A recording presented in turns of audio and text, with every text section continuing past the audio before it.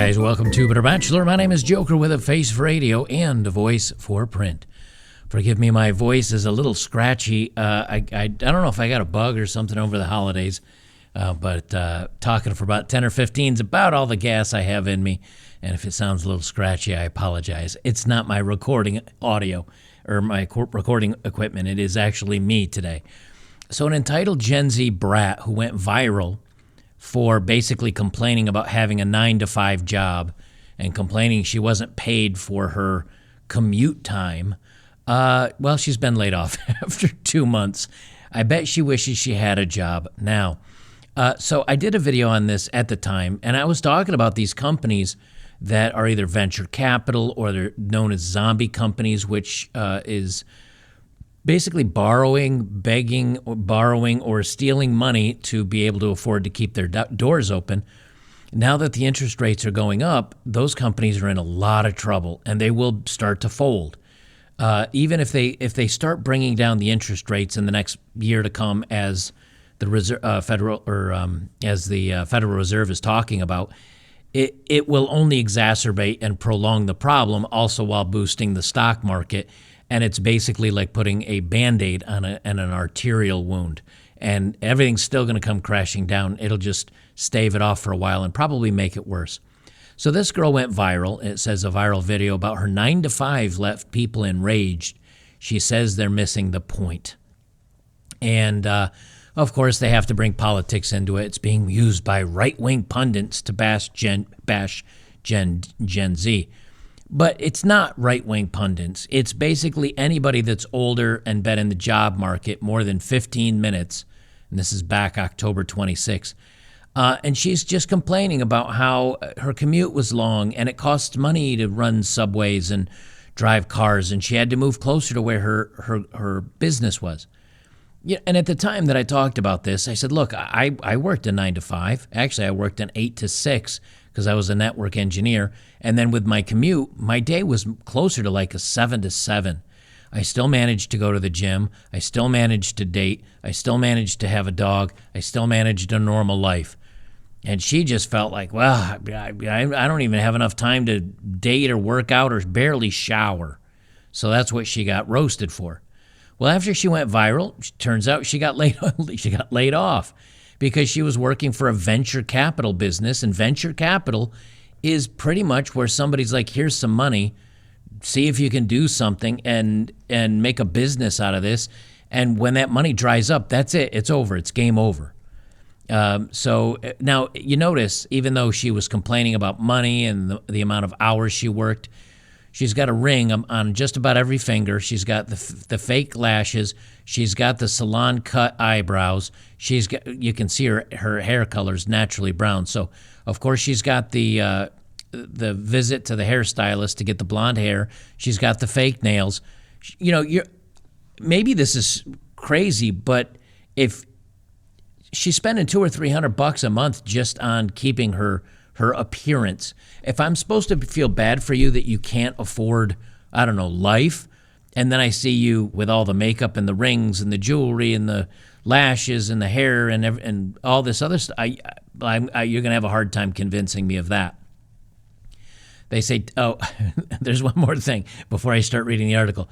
Guess what happens when you go viral or if you become popular? You get crazy people. You get crazy people reaching out to you, following you, trying to talk to you. It's happened to me. It's going to happen. And, well, it turns out that her virtue signaling also got her a bit of a stalker. So we'll read about that as well. TikToker Brielle Acero, 21, a recent college graduate, went viral on TikTok in October for her emotional reaction to the first day at a 9-to-5 job. The video, which received 3.4 million views, captured the public's attention because it was like a cultural Rorschach test.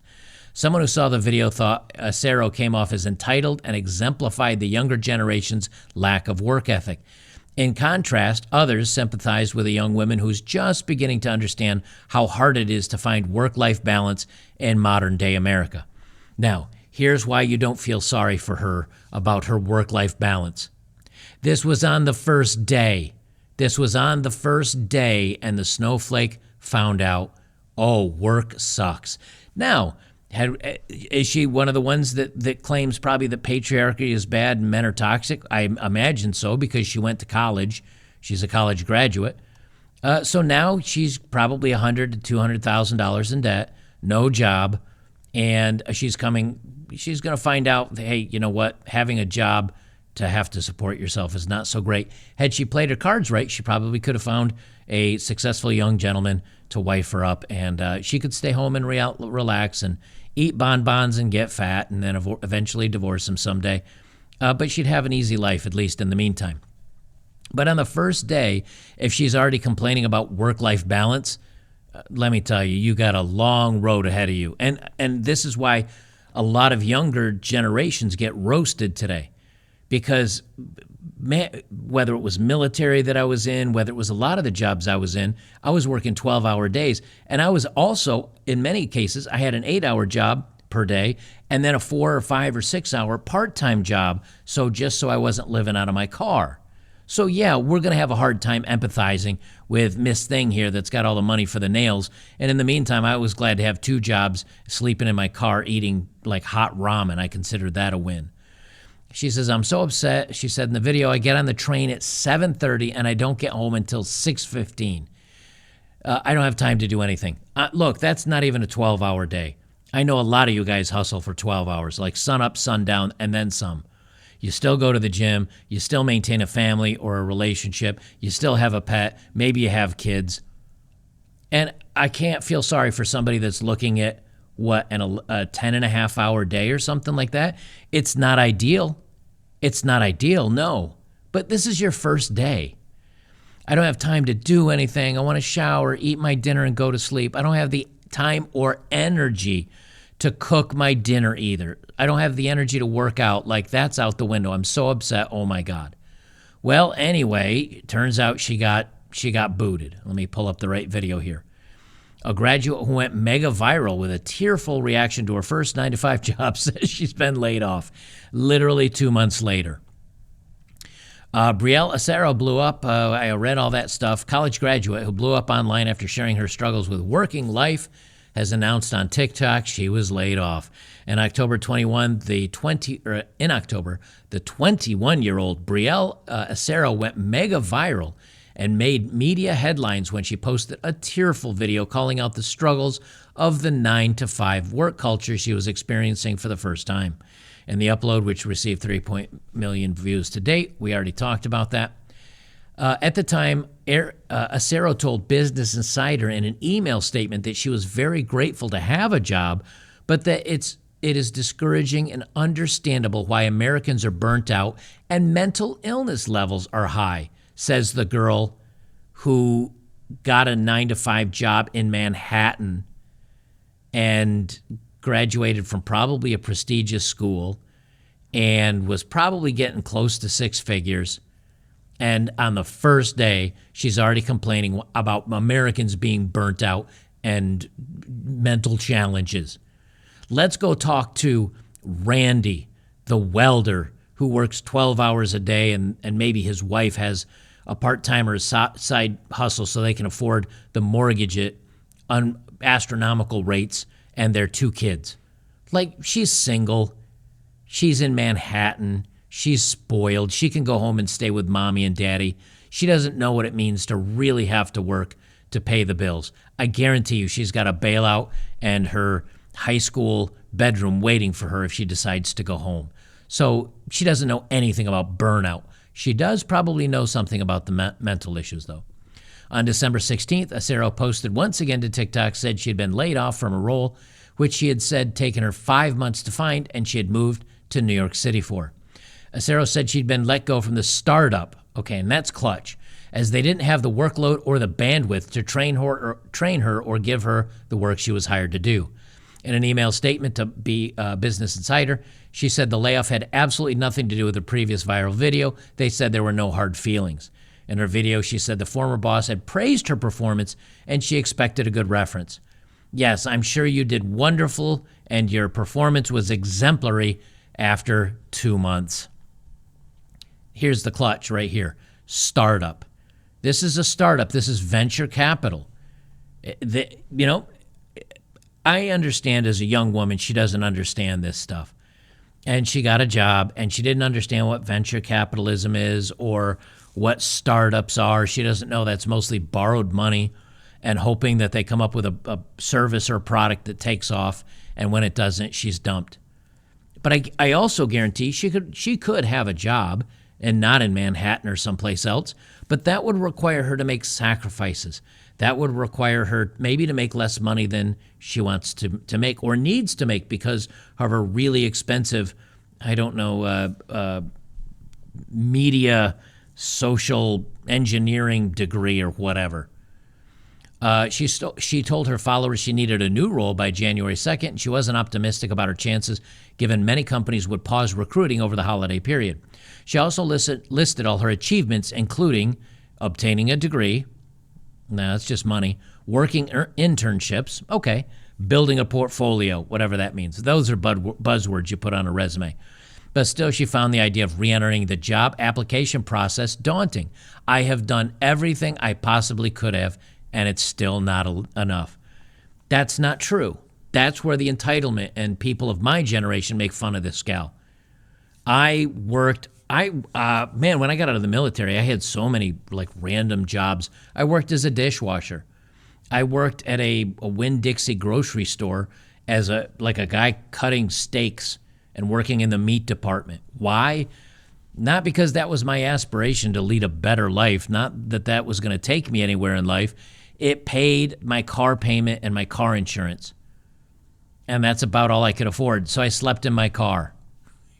I mean, it was a good day when I could scrounge up enough money to get a couple of cheeseburgers, $1 cheeseburgers from like McDonald's. And I'm not even kidding. Many of my meals were ramen noodles. And let me tell you, here's the challenge. Try to find a way to boil hot water to make ramen noodles. It's not that easy. Sometimes you run the hottest tap water you can get coming out of the thing, and you put it in a ramen noodle cup, and you let it sit there for an hour, hoping it softens up enough to be edible. How do I know this? I've done it, all while working a couple of jobs. So no, she hasn't done everything possible. But what this younger generation, and especially these women that are, I deserve everything, men are awful, blah, blah, blah, they're going to have to do this for the rest of their lives. She's got 40, 45 years left of this. And this is why I think eventually feminism will fall in upon itself, and these women will say, you know what, it'd be a lot easier if I just have a good husband, I squeeze out a couple of kids, and I stay home watching the kids, doing a little bit of laundry and learning to cook. I guarantee you, if a rich, relatively attractive, like 6, came to a lot of you guys and she said, look, I'm successful, I do well, I'll pay all the bills, I'll take care of everything. All you need to do is stay at home and keep a clean house and cook me dinner once a night. There is a whole lot of guys that'd be like, wait, and if we get divorced, you get to take half my stuff. There's a whole lot of dudes that be out there raising some hands, being like, where do I get in on this action? I will totally be all over that. Let's see some of the responses. Can someone tell me I'm going to be okay? It feels like the world is ending and I need a job immediately. I'm feeling so lost right now, like I moved for this. Yeah, okay. Sarah said she was considering getting a job as a nanny or server while she waited to see if she could find a new marketing role. She said she barely had enough money to live on in her past 9-to-5 job, which meant she had no savings to fall back on. Again, I have no money to live on, but I do have money for $60 or $80 nails, and I do have money for makeup, and I do have money for fake nails, and I do have money to get my hair done and get it bleached because it's obviously I'm a brunette, and I do have, okay, see, this is the problem. There's a difference between I don't have money for this and I don't want to reallocate my funds to pay for things because I want these other things. And that's what happens. That's a decision she makes in life. You'll know she's hit rock bottom when the fake nails go away and the hair's all of a sudden two-tone and the brunette's coming back in and she's going to Target to get that $5 or $8 do-at-home perm or bleach job. That's when you know she's starting to hit rock bottom. She's not even close. She'll go home to mommy and daddy, live in their basement, which, look, I'm not going to shame, but now she's like she wants to hold off until she gets a new marketing role. Good job. Or I should say good luck with that, getting that job. Those are the middle roles that I've been talking about are going to fall out. The marketing, the mid-level management, the human resources, the diversity crap, all that's going to fall out as these companies start trimming off the fat to try to survive. And they're still probably not going to try to survive. She's not alone. Over 50% of Gen Zers don't have enough emergency savings to last them 3 months, according to a survey conducted by Bank of America. And some of the guys are doing this too. They're simping to only fools girls. They're buying video games and consoles when they don't have the money. We're a very spoiled society. And I say this because I know that almost everybody has a cell phone. How many people are walking around with a $100 5-year-old cell phone? Not many. A lot of people are out there buying the $3 or the $5 or the $7 or the $900 cell phones. How many of them have these very expensive laptops? Not the $200, $300 Chromebook, but they got the MacBook. It's one thing to say, well, I bought the MacBook and now I'm tight on bills. But for people that don't have a fallback, for people that don't have any other options, they don't have the expensive doodads. They're not out buying gaming computers or video games at $70 a pop. It's just not happening. So everybody that's really complaining about not having much money, I have a hard time feeling they don't have much money. I think everybody's spoiled. Everybody's spoiled, and they've had a good run of it, especially these Gen Zers. They haven't been through the hard times yet. And as these hard times come upon us, they're going to lose it. They're going to break down, and they're going to be running home to mommy and daddy. And I think a lot of the gals are going to be either joining OnlyFools or looking for a traditional conservative blue pill man to hook up with. A Sarah upload received 440,000 views, 1,500 comments, many which sympathized with her position, of course, because it's on TikTok, and that's where all the young mouth breathers go to, including some who wrote they had also been the subject of layoffs that impacted various industries this year and encouraged the TikToker to keep trying for a new position. She told Business Insider she made the video to connect with other people. No, virtue signal. That's what she did. She did it to virtue signal. And what comes up of this? Well, guess what? She's now getting a creepy stalker dude. And she's going viral for this. See, this is what happens when you, and she has 665,000 likes on this and 11,000 comments. So what happens? You go viral. You get weirdos. Now you complain about the weirdos while going viral. You get more weirdos. You get more going viral. And the narcissistic doom loop of posting your fails, posting your problems, posting your awful life, posting your great life, posting everything's wonderful, posting everything is going to come back and bite these people. Eventually, it's kind of like being, and I did a video on this, you're a celebrity in your own head. You're a celebrity. You're a very important person because there's 665,000 people that liked your videos, and you've got, X amount of followers, all that, whatever. That's all going to go away someday.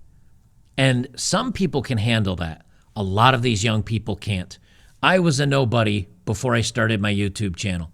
I'm a nobody while I do my YouTube channel. And when I go back to being a nobody after my YouTube channel goes away, my life hasn't changed any. Trust me on that. It means I probably need to go get some more real life friends because most of the interactions I have are in the comments of my videos and with the plethora of guys that have signed up over at Locals. We do live streams a couple times a week, sometimes once a week. We goof, we share recipes, we share memes, we laugh, we talk about news and the real world. It's like sitting down with a bunch of guys around the bar. That's why I don't need a social life. If that goes away, I got to meet some friends downtown. I got to find a social group. We as human beings need that. But the problem that a lot of these young people are having today is that this is their social life, and it's parasitic. They need it. They must have it. And without that validation, they're miserable. I'm not going to play this video, but she's basically had, since she went viral in October, she's had a creepy guy all up in her business, like finding out about her, sending weird stuff to her, creeping her out in general. I don't think that's good. I think that's bad. I think that's awful. Shouldn't happen. She doesn't deserve that.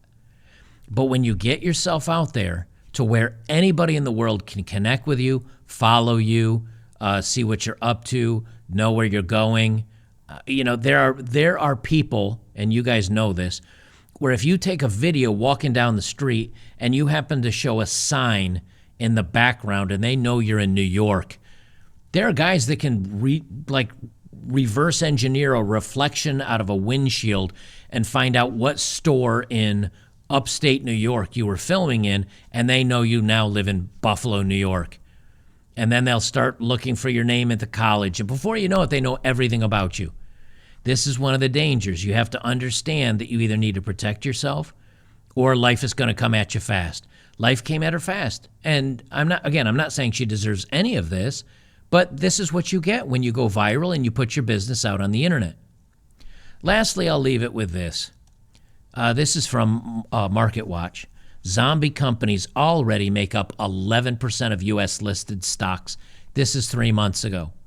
Or a month ago, excuse me. What's going to happen if we move forward and the interest rates slowly come down over 2024? There's going to be more zombie companies, probably maybe 20, 25%. Those companies are gone. They just don't exist anymore. What about the companies that don't have a lot in cash reserve? They can't afford to keep on the staff. They're going to slash the number of people working. What about the companies like Apple or these other ones that have big, big holdings of $180 billion? They're going to cut some staff, and then they're going to use that $180 billion and use that for salaries and research and development and business as usual to see if they can last through the weathering of the storm. They probably will be able to. But there's not that many companies that have that kind of cash reserve.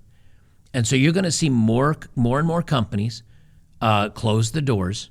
You're going to see more of that middle management, the HR, the human resources, the diversity groups, the marketing groups. You're going to see that go away. You're going to see the people that are the phone answers and the customer service start going to like the AI way model. And then when the AI can't answer your question, you're rerouted to somewhere in India. Things are going to get bad. But who do I think things are still going to be okay for? I think the guys, maybe not the corporate plumbers or the guys that necessarily like they're in Manhattan and they do a lot of corporate business type stuff. I think the guys that are going to be okay are the handymen, the guys working in local towns like this. I can tell you now, I'm building my cabin over here. It took me twice as long as usual to get the cement poured, twice as long as usual to get an electrician. I'm waiting on a solar contract to put in my solar for this building. I'm at a year.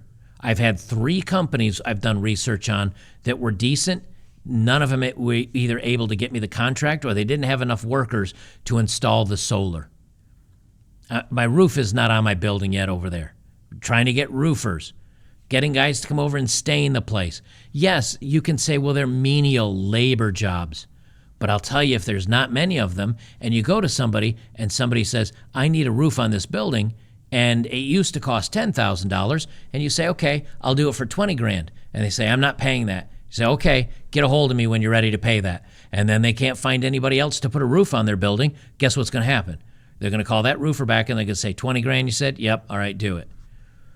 The blue collar jobs are they're not going to be great, but the manual labor stuff is what's going to be fine. The welders, the electricians, the plumbers, the people at HVAC, the people that have to get off their butts and go out and do some work. Because Gen Z overwhelmingly isn't doing that. Millennials aren't overwhelmingly doing it. These, couch riding, holier than thou, smarter than you liberals that got all their degrees in, psychology or whatever, they're not going to do it. This young gal that just got laid off, she's saying, I don't want to, I'm trying to wait and find something in marketing. I don't want to wait tables. Guess what happens when a recession comes? People don't have money to go out and eat. McDonald's right now is $15 for like a single meal. These people aren't going to go to fancy restaurants. They're not going to be able to afford it. So you're not going to make money as a tipper or a server. How are you going to make your money? Using those hands, man. using your hands. So I think a lot of guys are going to be okay with this as we see things kind of crumbling apart.